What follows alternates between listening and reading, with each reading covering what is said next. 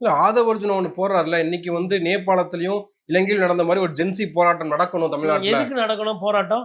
இங்க என்ன குண்டு வெடிப்பு நடந்ததா? இல்ல பாலியல் சீண்டல் அ அ ஏதோ வந்து இப்ப விஜயோட மாநாடு போட்டாங்க இல்லைங்களா? அதுல எதனா வந்து பெரிய லெவல்ல பாலியல் சீண்டல்ல பெண்களை தூக்கிட்டு போயிட்டாங்களா? என்ன நடந்தது? எதுக்கு வந்து வன்முறை போராட்டம் வெடிக்கணும்? உங்க ஐயாவ இன்னும் கைது கூட செய்யலையே. உங்க ஐயாவ இப்டி கூட தொட்டு கூட பார்க்கலையே இன்னும் காவல்துறை. அதுக்குள்ள பதர்றீங்க. ஏன் அந்த பதட்டம்? அது எதுக்கு இந்த ஆனா பயம்? நீக்கிட்டாரு அத. அ நீக்கிட்டாரு அந்த பதிவ எதுக்கு போட நீக்கிட்டாரு. வேண்டியது தானே! நீங்க தான் சிங்கமாச்சே! அப்படியே தனியா போவீங்களே ஒத்தையில எல்லாம். போடுங்களேன் ட்வீட் இப்போ. தேச விரோத பதிவுங்க அது.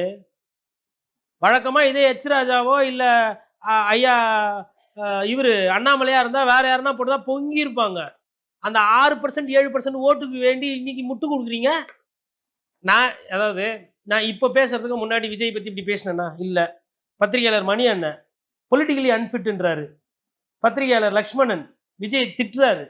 சுப்புரத்னம் முன்னாள் சட்டமன்ற உறுப்பினர் கட்சியை கலைச்சிட்டு போன்றார். அவர் ஓபிஎஸ் கூட இருக்கிறவரு விஜய்க்கு ஆதரவா இருந்தாரு.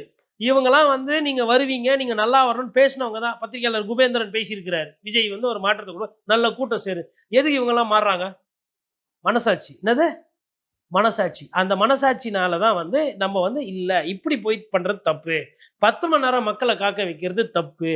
நீங்க வந்து அங்க ஒரு வீட்டுக்கு போறீங்கன்னா, அந்த வீட்டு மேல ஏறுறீங்க. அங்க கரண்ட் கம்பம் இருந்தா அது மேல ஏறுறீங்க. மரத்து மேல ஏறி கிளைய உடைக்கிறீங்க. ஒரு கடை இருந்தா கடை மேல ஏறி நின்னு அந்த கூரைய உடைக்கிறீங்க. ஓல கொட்டாய உடைச்சுக்கிட்டு புடைச்சுட்டு வராங்க. ஜோம்பி படத்துல வரா மாரி. என்ன விதமான அரசியல் இது? பழக்கருப்பையாக்கு திமுக புடிக்காது. உங்கள பாராட்டி பேசினாரு. இன்னைக்கு வருத்தப்படுறாரு. பழக்கருப்பையா வந்து அரசியல்ல முதிர்ச்சி பெற்றவரு. பத்திரிகையாளரு.